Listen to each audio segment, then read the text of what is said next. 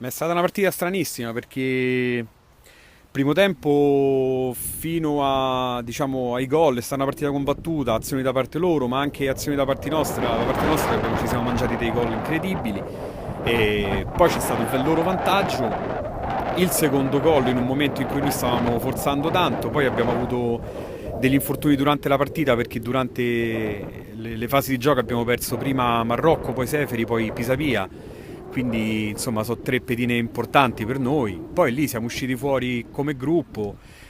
loro hanno fatto tanti cambi, noi ci abbiamo messo un pochino di più, sono stati strigliati in un time out dal mister e lì poi la partita è cambiata, anche se poi alla fine eravamo quasi riusciti insomma, a riperderci le fila della partita perché avevano pareggiato 3-3, poi abbiamo fatto il 4-3 su una bella azione, e l'importante è questo. Ma il Peperino è una gran bella squadra, l'ha dimostrato durante tutta la stagione, forse ha perso un po' di punti, stata facendo nella seconda parte del campionato, però è una squadra assolutamente forte e rispettabile. Noi